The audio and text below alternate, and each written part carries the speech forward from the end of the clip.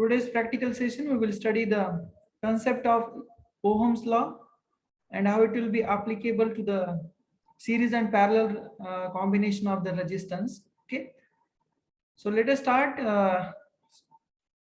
the Ohm's law. Okay, so just wait, I will share you the Google screen. I hope Google screen is visible to all now. Is it visible? Yes? Yes, sir. Okay, thank you. So all of you know that Ohm's law, which is the fundamental law of electrical engineering. Okay. This Ohm's law can be applicable to the DC circuit as well as AC circuit. Okay. I think all of you studied that DC circuit as well as AC circuit, single phase AC circuit and three phase AC circuit. All of you studied in detail. Okay. So this Ohm's law can be applicable to the DC as well as AC circuits. Be remember that. Okay. So in this practical session, we will study following objectives of our study. Okay. Ohm's law, explanation of for the Ohm's law, and Ohm's law for the series resistance, Ohm's law for the parallel resistance, and explanation of some ohmic, non-ohmic devices. Okay. And measurement and confirmation of Ohm's law with the help of simulation. Okay, we will study that. Measurement and confirmation of Ohm's law using the simulation we will study. Okay. So anybody of you, please tell me the statement for the Ohm's law. Yes, any one of you? Can you tell me what is meant by Ohm's law, or what is the statement for the Ohm's law? Tell me, anyone? Yes. Relationship between electric current and potential difference. Yes, it is the Ohm's law. Okay, short but sweet. It is exactly Ohm's law definition. Okay. Ohm's law, basically it is the fundamental law of electrical engineering, which will give you the relationship between the voltage or electromotive force applied across the any circuit element and current flowing through that particular circuit element. Okay, in terms of its resistance. Okay, be remember that Ohm's law, it will give you the relationship between the current flowing through the any circuit element or the circuit parameter with respect to applied voltage, with respect to applied EMF, electromotive force. Okay, so the according to the Ohm's law, current flowing through the any conductor or any 2 points is directly proportional to the voltage applied across that point. Okay, so Ohm's law gives you the relationship between the current flow through the any circuit parameter and voltage applied across it, and vice versa. आपण असे म्हणू शकतो की Ohm's law एखाद्या circuit element मधून जाणारा current आणि त्याच्या अक्रॉस असणारं व्होल्टेज यांचं रिलेशन देईल, किंवा voltage applied across it and current flowing through that पण. ठीक आहे, आपण हे दोन्हीपैकी काही म्हणलं तरी चालतं. ठीक आहे. So the according to the Ohm's law, current flowing through the any circuit element or between any 2 points is directly proportional to the voltage across that point. Okay, we remember that. Means what? I is proportional to V. I is proportional to V. Okay. So just wait. I will use. Okay. So I, it is proportional to V. It is what? Ohm's law. According to Ohm's law is what? current flowing through the any circuit parameter or component or the circuit element is proportional to voltage. Okay, proportional to voltage. Okay.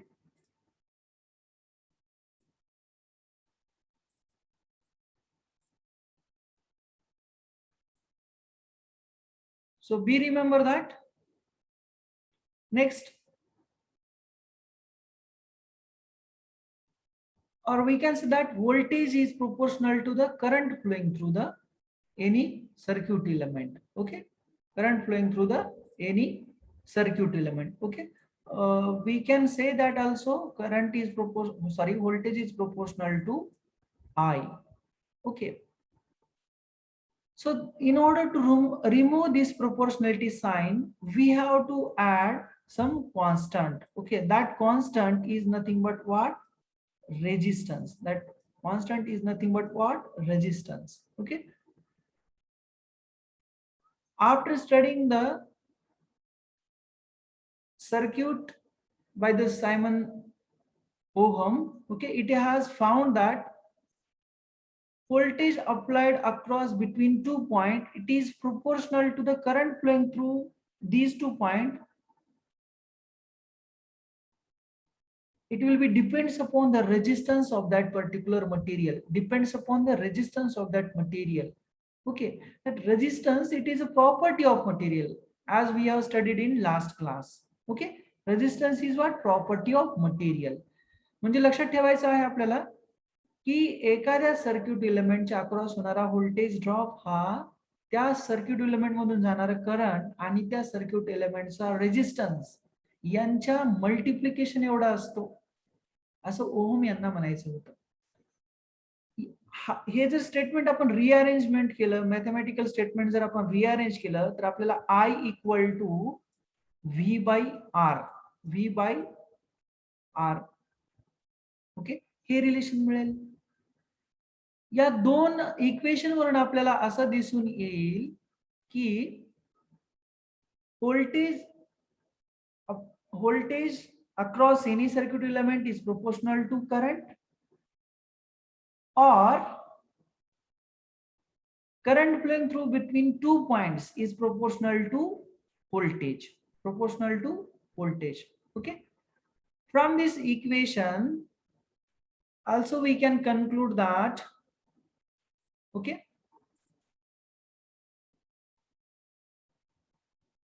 current flowing through the any circuit element is inversely proportional to resistance of that particular circuit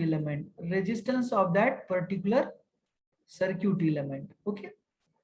तर आपल्याला लक्षात ठेवायचं आहे की current हे proportional to voltage आहे आणि inversely proportional to resistance आहे.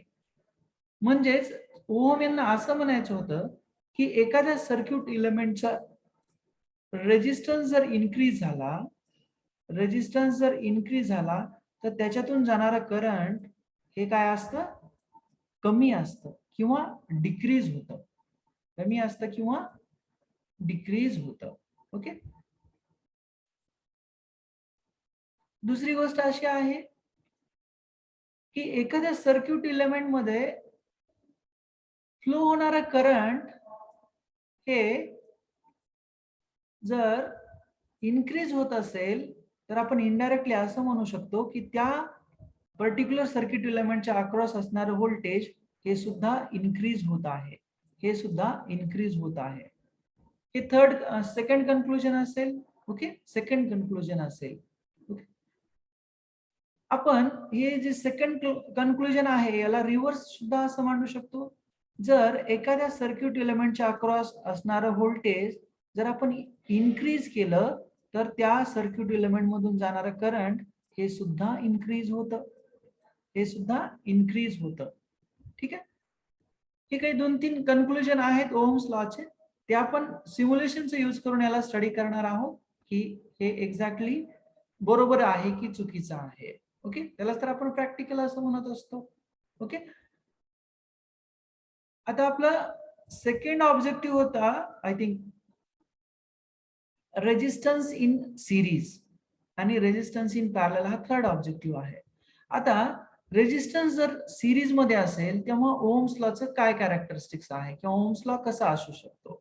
ओके, ओम्स लॉ कसा असू शकतो. ओके, आता बघा त्यासाठी आपल्याला काय करायचं आहे, एक सर्किट कन्सिडर करायचं आहे ज्याच्यामध्ये मोर दॅन वन रेजिस्टन्स हे सिरीज मध्ये आहेत. मोर दॅन वन रेजिस्टन्स कसे आहेत, सिरीज मध्ये आहेत. ओके, या स्लाइड मध्ये तुम्हाला दिसत असेल की रेजिस्टन्स R1 आणि R2 हे दोन रेजिस्टन्स कसे आहेत, सिरीज मध्ये कनेक्टेड आहेत. याला आपण काय म्हणत असतो, आणखी दुसरं नाव एंड टू एंड का बॅक टू बॅक कनेक्शन असं म्हणतो याला. सिरीज रेजिस्टन्स कसे असतात, एंड टू एंड कनेक्टेड असतात किंवा बॅक टू बॅक कनेक्टेड असतात. Yes, any one of you can tell me? Yes, Back to back. back to back. Okay, आणि एंड टू एंड कनेक्शन कशामध्ये असतं मग?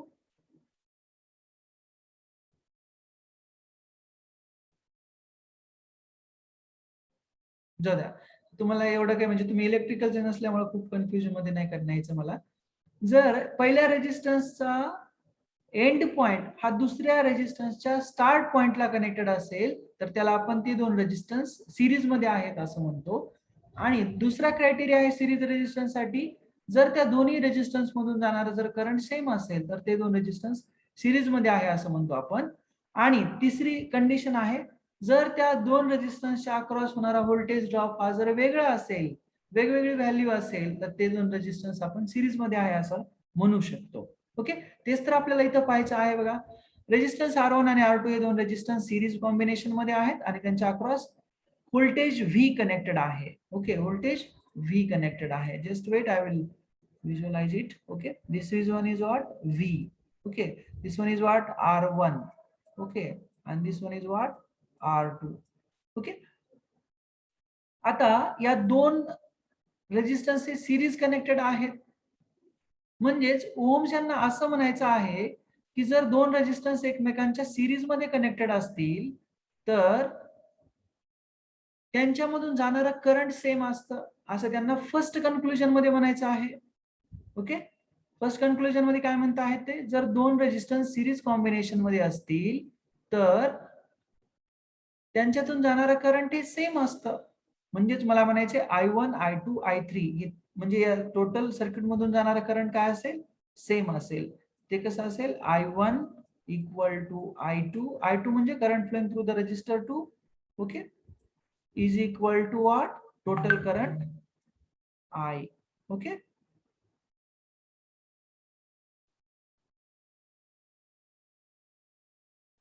is it clear? Then resistance, those who are connected in series, their equivalent resistance can be found by taking simple addition of these resistors. Okay, जर आपल्याला equivalent resistance काढायचं असेल या series circuit मध्ये तर आपण पाहिलेलं आहे सगळ्यांची आपण काय करत असतो, ऍडिशन करत असतो. ओके, हे कन्क्लुजन आहे. आणि थर्ड कन्क्लुजन आहे व्होल्टेजशी related. In case of series combination of resistor, total voltage or supply voltage is equal to what, the addition of voltage drop across individual resistance. Individual रेजिस्टन्सच्या across होणारा voltage ड्रॉपची जर आपण addition केली तर आपल्याला total supply voltage V मिळेल. Okay, असं त्यांना सिरीज कॉम्बिनेशन मध्ये म्हणायचं आहे. ओके, आता तुम्हाला म्हणाल की सर इथं R1 R2 हे दोनच रेजिस्टन्स आहेत आणि हा R3 नावाचा कुठला रेजिस्टन्स आहे, तर तो R3 रेजिस्टन्स हा या ऍमीटरचा आहे. R3 रेजिस्टन्स कशाचा आहे, या ऍमीटरचा आहे. ऍमीटर कशासाठी यूज करतो आपण, in order to measure the current flowing through the circuit. Okay, आणि VM काय, VR3 काय आहे, या ऍमीटरच्या अक्रॉस होणारा व्होल्टेज ड्रॉप आहे. कारण आपल्याला सगळ्यांना माहिती आहे we are always connecting ammeter in series in order to calculate or in order to measure the current flowing through the circuit, and voltmeter always connected in parallel. Okay, across the circuit element. Okay, across the circuit element. Okay, be remember that This is what the important theory related to this series combination of the resistance. Okay, now we will study parallel combination. Okay, parallel combination. तर parallel कॉम्बिनेशनचं जर आपल्याला study करायचं असेल तर आपण काय करूया, same काय करणार आहोत आपण, दोन पॅरलल रेजिस्टन्स किंवा दोन रेजिस्टन्स घ्यायचे आहेत आपल्याला आणि त्यांना एकमेकांच्या पॅरलल कनेक्ट करायचं आहे. पॅरलल कनेक्शन म्हणजे कसं करणार आहे, तर ते दोन्ही रेजिस्टन्सचे स्टार्ट पॉइंट एकमेकांना कनेक्ट करायचे. म्हणजे बघा, हा रेजिस्टन्स R1 आहे आणि हा रेजिस्टन्स R2 आहे. ओके, हा रेजिस्टन्स R2 आहे. या फर्स्ट रेजिस्टन्स R1 चा स्टार्ट पॉइंट आणि सेकंड रेजिस्टन्स R2 चा स्टार्ट पॉइंट हे एकमेकांना कनेक्टेड आहेत. आणि फर्स्ट रेजिस्टन्स R1 चा एंड पॉइंट आणि हा R2 चा सुद्धा एंड पॉइंट एकमेकांना कनेक्टेड आहेत. म्हणजे जेव्हा दोन्ही रेजिस्टन्सचे स्टार्ट पॉइंट हे एकमेकांना कनेक्टेड असतात आणि एंड पॉइंट हे एकमेकांना कनेक्टेड असतात, तेव्हा आपण त्या दोन रेजिस्टन्सला पॅरलल आहेत असं म्हणू शकतो. पॅरलल आहेत असं म्हणू शकतो. ओके, म्हणजेच आपण काय म्हणू शकतो, whenever the two resistance are connected in back to back fashion, at that condition we can say that these two resistance are in parallel fashion. Okay, आता हे पॅरलल सर्किट आहे आपल्याला सगळ्यांना समजतं. ओके, हे मी टोटल करंट जे लिहितोय I, हे काय आहे, टोटल करंट आहे किंवा याला आपण सप्लाय करंट असं म्हणतो. तर पॅरलल सर्किट मध्ये काय होतं, करंट हे डिवाइड होतं. म्हणजेच या R1 नावाच्या रेजिस्टन्स मधून जाणारा करंट I1 असेल, या R2 नावाच्या रेजिस्टन्स मधून जाणारा करंट I2 असेल. ओके, I2 असेल. ओके,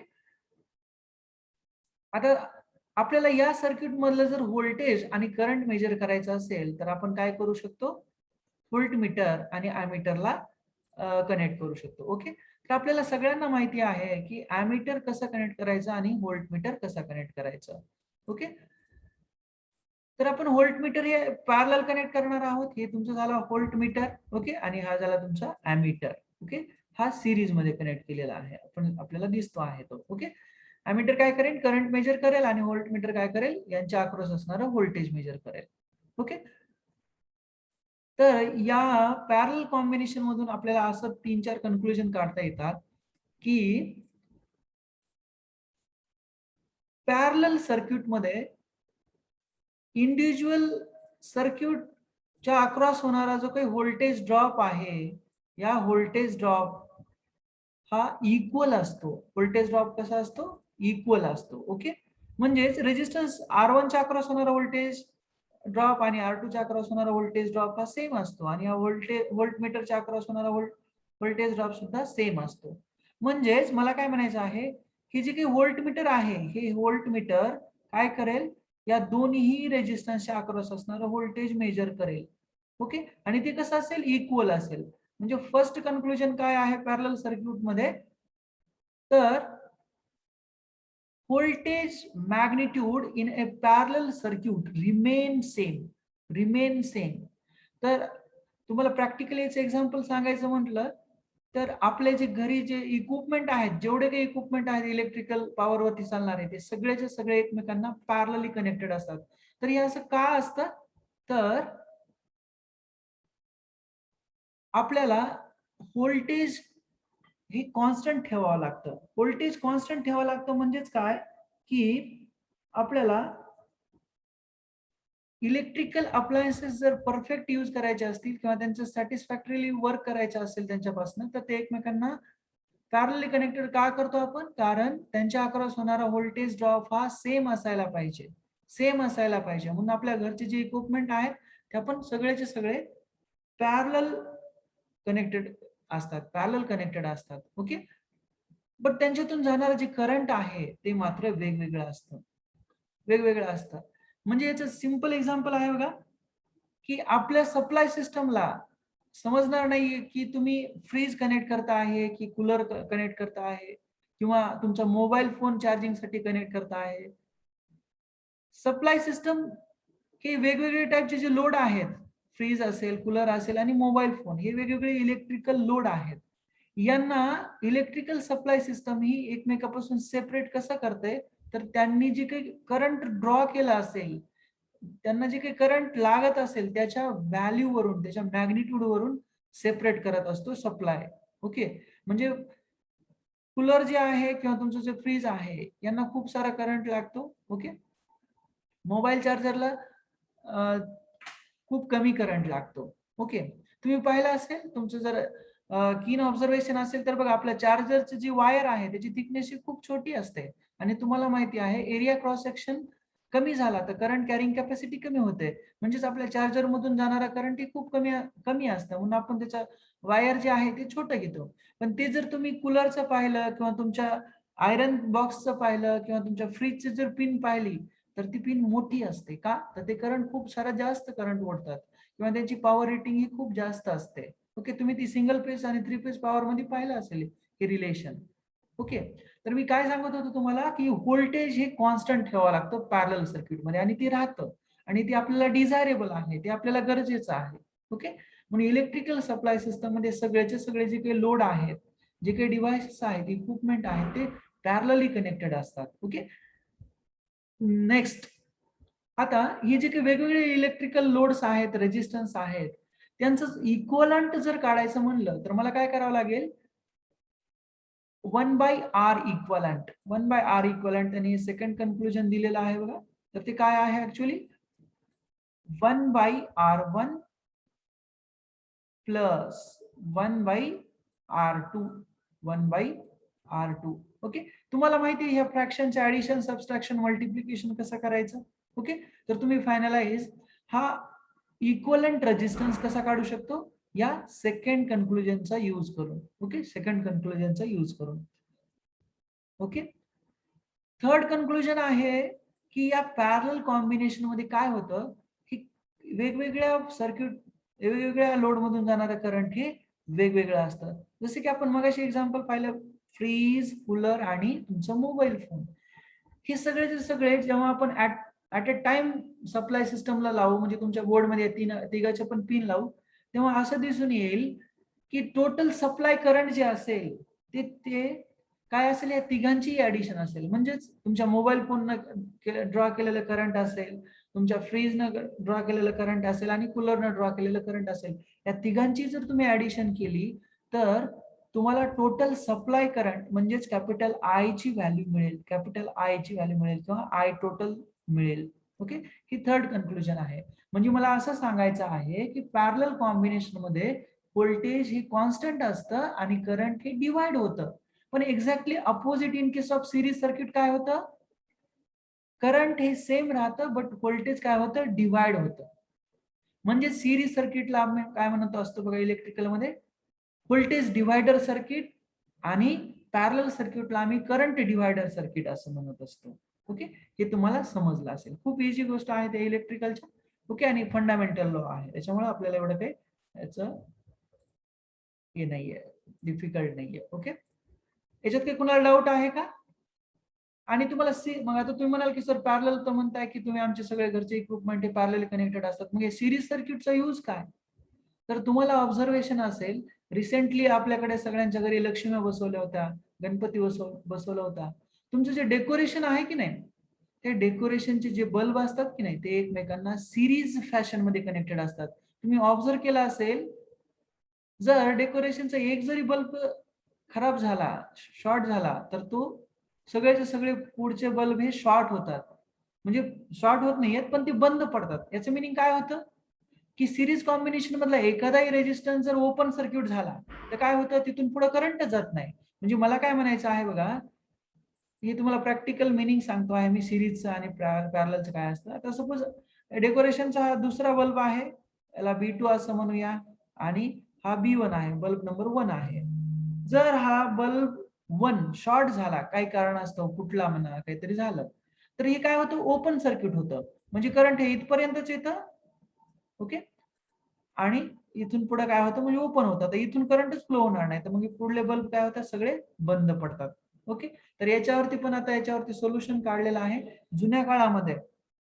हे सिरीज कॉम्बिनेशन मध्ये कनेक्टेड असायचे तुमचे डेकोरेशनचे बल्ब. ओके, जनरली आपण सिरीज सर्किट हे यूज करत नाही, पण आपल्याला काही पर्टिक्युलर अप्लिकेशन साठी या सिरीज सर्किटचा यूज होतो. फॉर एक्झाम्पल, तुमच्या घरचं जे हीटर आहे, ते हीटरची जी कॉईल आहे किंवा तुमची जी आयरन आहे, आयरन बॉक्स आहे, त्याच्यामध्ये जी कॉईल असते, त्या कॉईल ह्या एकमेकांना सिरीज मध्ये कनेक्टेड असतात. सिरीज मध्ये कनेक्टेड असतात का? तर आपल्याला टोटल रेजिस्टन्स वाढवायचा असतो सर्किटचा, आणि सर्किटचा टोटल रेजिस्टन्स वाढला तर तुमच्या आयरन बॉक्स मध्ये जी काही हीट एनर्जी तयार होते, जी काही उष्णता तयार होते, ती I²RT divided by 4.14 into T, हे अकॉर्डिंग टू जूल्स लॉ नुसार ती हीट जनरेट होते. आणि मग टोटल रेजिस्टन्स जर आपल्याला वाढवायचा असेल, म्हणजे बघा मला काय म्हणायचं आहे, I²RT divided by okay 4.144. Okay, हे फॉर्म्युला आहे. हीट किती जनरेट होते तिथं, ही जूल्स लॉ पाहिला असेल तुम्ही 12th स्टँडर्ड मध्ये. तर या इक्वेशन वरून असं दिसलं असेल की तुम्हाला heat generated it is directly proportional to the resistance, म्हणजे रेजिस्टन्स इन्क्रीज झाला आहे तर हीट इन्क्रीज होते, हीट इन्क्रीज होते. म्हणून आपल्याला तुमचं जे काही हीटर आहे, जे काही तुमचं आयरन बॉक्स आहे, त्याच्यातले जे कॉईल आहेत त्या एकमेकांना सिरीज मध्ये कनेक्टेड असतात. ही सिरीज पॅरललचं प्रॅक्टिकल मिनिंग आहे आणि ते कुठं कनेक्ट करतात. ओके, समजलं असेल सगळ्यांना. याच्यात काही डाऊट असेल तर कोणी विचारू शकता, कुणाला काही क्युरियोसिटी असेल तर कोणी विचारू शकता. Okay, any doubt is there regarding this one? Yes, any doubt? Doubt आहे कुणाला काही विचारायचं? येस, कुणाला काही विचारायचं आहे? Yes, anybody want to ask something related to the series and parallel circuit? Yes, okay, so I will move now.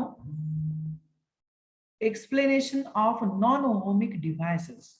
आता non ohmic याचं मीनिंग आहे बघा, तुम्हाला समजलं असेल की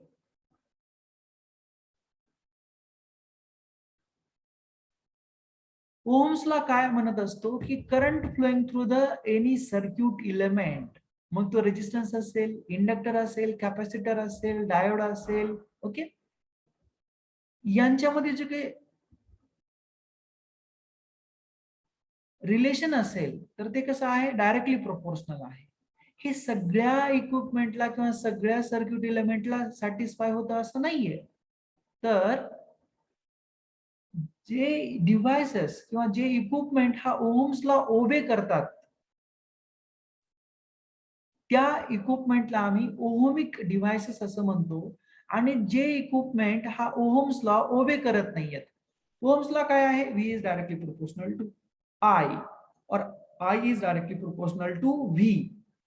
हा जो काही ओहम्स लॉ आहे, तो ओहम्स लॉ जे डिव्हाइसेस फॉलो करतात त्या डिव्हाइसेसला ओहमिक डिव्हाइसेस असं म्हणायचं. म्हणजे फॉर एक्झाम्पल तुमचा रेजिस्टन्स असेल, इंडक्टर असेल किंवा इंडक्टिव्ह रिएक्टन्स असेल किंवा कॅपॅसिटिव्ह रिएक्टन्स असेल, ओके, हे काय आहेत, ओहमिक डिव्हाइसेस आहेत. बट डायोड असेल, तुमचा झेनर डायोड असेल, ट्रान्झिस्टर असेल, बीजेटी असेल, मॉसफेट असेल, आयजीबीटी असेल, जे काही पॉवर कंडक्टर पॉवर डिव्हाइसेस आहेत, for example BJT, MOSFET, IGBT, transistor किंवा SCR, हे सगळेचे सगळे कसे आहेत, नॉन ओहमिक डिव्हाइसेस आहेत. म्हणजेच मला काय म्हणायचं आहे की जे devices V is directly proportional to I हे रिलेशन फॉलो करतात, त्यांना काय म्हणायचं, ओहमिक. त्यांना काय म्हणणार तुम्ही, ओहमिक डिव्हाइसेस. ओके, त्यांना म्हणणार ओहमिक. आणि जे devices V is directly proportional to I आणि व्हाईस वर्सा ही फॉलो करत नाहीये, त्यांना नॉन ओहमिक डिव्हाइसेस असं म्हणायचं, नॉन ओहमिक डिव्हाइसेस असं म्हणायचं. आता हे नॉन ओहमिक डिव्हाइसेस का पिक्चर मध्ये येतात, तर याच्यासाठी रिझन आहे तुमच्या फिजिक्स मध्ये. तुम्ही 12th स्टँडर्ड मध्ये पाहिलं असेल की हे जे रेजिस्टन्सेस, हे जे नॉन ओहमिक डिव्हाइसेस आहेत, फॉर एक्झाम्पल डायोड आहे, ट्रान्झिस्टर आहे, हे तुम्हाला दोन तर माहिती आहे, डायोड आणि ट्रान्झिस्टर सगळ्यांना माहिती आहे तुम्हाला. ओके, किंवा SCR आहे, तुम्ही 12th स्टँडर्ड मध्ये पण SCR पाहिला, SCR म्हणजे transistor. Okay, PNP transistor, NPN transistor सगळ्यांनी पाहिले की नाही. डायोड पाहिलेला आहे, silicon diode, germanium diode. Okay, हे जे काही डायोड आहेत किंवा ट्रान्झिस्टर आहेत किंवा IGBT आहेत, ही नॉन ओहमिक डिव्हाइसेस आहेत. तर हे असं नॉन ओहमिक डिव्हाइसेस मध्ये काय यांचे म्हणजे इन्क्लूड होतात ते, कारण हे जे डिव्हाइसेस आहेत, डायोड, ट्रान्झिस्टर, IGBT, ही सेमी कंडक्टर डिव्हाइसेस आहेत. म्हणजे ते मेटलिक डिव्हाइसेस नाही आहेत, तर ते कशा आहेत, सेमी कंडक्टर डिव्हाइसेस आहेत. याचा परिणाम म्हणून त्यांचा जो काही रेजिस्टन्स आहे, तो रेजिस्टन्स साठी निगेटिव्ह आरटीसी असतो. निगेटिव्ह आरटीसी असतो. म्हणजे रेजिस्टन्स टेम्परेचर कोएफिशियंट तुम्ही 12th स्टँडर्ड मध्ये पाहिला असेल, करंट इलेक्ट्रिसिटी मध्ये. तर यांचा रेजिस्टन्स हा with respect to temperature change होतो. पण मेटॅलिक कंडक्टरचा रेजिस्टन्स हा with respect to temperature change होतो, बट पॉझिटिव्ह आरटीसी असतो. पॉझिटिव्ह म्हणजे टेम्परेचर इन्क्रीज झाला, मेटॅलिकचा कंडक्टरचा रेजिस्टन्स हा इन्क्रीज होतो. पण या नॉन मेटॅलिक किंवा सेमीकंडक्टर मटेरियलचा रेजिस्टन्स हा जर टेम्परेचर इन्क्रीज झाला तर डिक्रीज होतो. ओके, त्याला आपण निगेटिव्ह आरटीसी म्हणतो. तर मग हे जे काही सगळे सेमीकंडक्टर डिव्हाइसेस आहेत, diode, transistor, IGBT, MOSFET, SCR, okay, हे सगळेचे सगळे नॉन ओहमिक डिव्हाइसेस आहेत. म्हणजेच हे काय करत नाहीयेत, हा V is proportional to I हे रिलेशन फॉलो करत नाहीयेत. ओके, हे रिलेशन फॉलो करत नाहीयेत. ओके, म्हणजेच मला काय म्हणायचं आहे, ओहमिक डिव्हाइसेस यांच्यामध्ये जर आपण त्यांच्या अक्रॉस असणारा व्होल्टेज आणि करंट यांचा जर ग्राफ काढला ओहमिक डिव्हाइसेस साठी, तर हा लिनियर येतो. ओके, लिनियर येतो. पण non ohmic resistance, non ohmic devices साठी या दोघांमध्ये जर ग्राफ काढला तर हा नॉन लिनियर किंवा असा इन्व्हर्टेड पॅराबोला, हायपरबोला टाइप येतो. ठीक आहे, तर हे नॉन लिनियर रिलेशनशिप मेंटेन करतात. कशामध्ये? व्होल्टेज आणि करंट मध्ये. व्होल्टेज आणि करंट मध्ये यांचं नॉन लिनियर रिलेशन असतं. कोणाचं? डायोडचं. ओके, डायोडचं. तर आपण डायोड कॅरेक्टरिस्टिक्स मध्ये हे ऍक्च्युली आपण व्हेरीफाय करणार आहोत. व्हेरीफाय करणार आहोत. ओके, समजलंय सगळ्यांना? ओहमिक डिव्हाइसेस आणि नॉन ओहमिक डिव्हाइसेस काय असतात ते, याच्यात ते कोणाला विचारायचंय? आणखी दुसरी गोष्ट आहे की तुम्ही म्हणाल की सर इथं तर लिहिलेलं आहे की या नॉन ओहमिक डिव्हाइसेसचा रेजिस्टन्स हा कॉन्स्टंट नसतो. कॉन्स्टंट नसतो म्हणजेच राजांनो, यांचा रेजिस्टन्स हा टेम्परेचर वरती डिपेंड असतो. टेम्परेचर वरती डिपेंड असतो. म्हणून तुम्हाला लक्षात आलं असेल, तुम्ही जर तुमच्या डेस्कटॉप म्हणजे घरी असेल, तुमच्या CPU असेल तर त्याला फॅन असतो. तुमच्या लॅपटॉप आहे त्याला फॅन असतो का? तर तिथे जे काही डायोड, ट्रान्झिस्टर यूज केलेले आहेत, मॉसफेट, IGBT, त्यांचा टेम्परेचर चेंज झालं की रेजिस्टन्स चेंज होतो. मग रेजिस्टन्स चेंज झाला की पूर्ण त्यांचं फंक्शनच चेंज होऊन जातं. मग फंक्शन चेंज झालं तर मग ते आपल्याला युजफुल आहे का? नाहीये. म्हणून तुम्ही कधी पण ऑब्झर्व करा, तुमच्या कॉलेजची कॉम्प्युटर लॅब ही नेहमी एअर कंडिशनिंग असते. एअर कंडिशनिंग असते. आणि दुसरी गोष्ट, तुमच्या लॅपटॉपला फॅन असतो, तुमच्या CPU ला फॅन असतो का? तर टेम्परेचर मेंटेन करण्यासाठी. लक्षात ठेवा, म्हणजे ह्यांचा रेजिस्टन्स कॉन्स्टंट मेंटेन करण्यासाठी आपल्याला टेम्परेचर मेंटेन करावं लागतं. टेम्परेचर मेंटेन करावं लागतं. लक्षात ठेवा. म्हणजे इनडायरेक्टली मला काय लक्षात ठेवायचं आहे, नॉन ओहमिक डिव्हाइसेसचा रेजिस्टन्स हा कॉन्स्टंट नसतो, तो चेंज होतो विथ रिस्पेक्ट टू टाइम आणि temperature. With respect to temperature आणि time. Okay, but ohmic resistance, ohmic डिव्हाइसेसचा रेजिस्टन्स हा कॉन्स्टंट असतो. कॉन्स्टंट असतो. आता तुमचं आयरन बॉक्स हे ओहमिक डिव्हाइस आहे. त्या आयरन बॉक्सला कधी फॅन लावलेला पाहिला का त्याच्या कुलिंगसाठी? नाही. ओके, लक्षात आलं असेल तुम्हाला. हीटरला तुमच्या कधी गरज असते का? नाहीये. ओके, तर हा ओहम्स लॉ आहे. According to Ohm's law ohmic devices कोणते असतात, नॉन ओहमिक डिव्हाइसेस कोणते असतात, यांचं ग्राफिकल रिप्रेझेंटेशन कसं असतं हे आपण पाहिलेलं आहे. ओके, याच्यात ते कोणाला विचारायचं असेल तर विचारू शकता as a part of curiosity, because this subject is not related to civil engineering. Okay, I know that, but I have tried to give you best. Okay, तर आपण आता प्रॅक्टिकली यांचं ओहम्स लॉ जो काय आहे त्याचं रिलेशन पाहणार आहोत. म्हणजे V आणि I मध्ये काय रिलेशन आहे आणि रेजिस्टन्स कसा त्यांच्यावरती इफेक्ट करतो.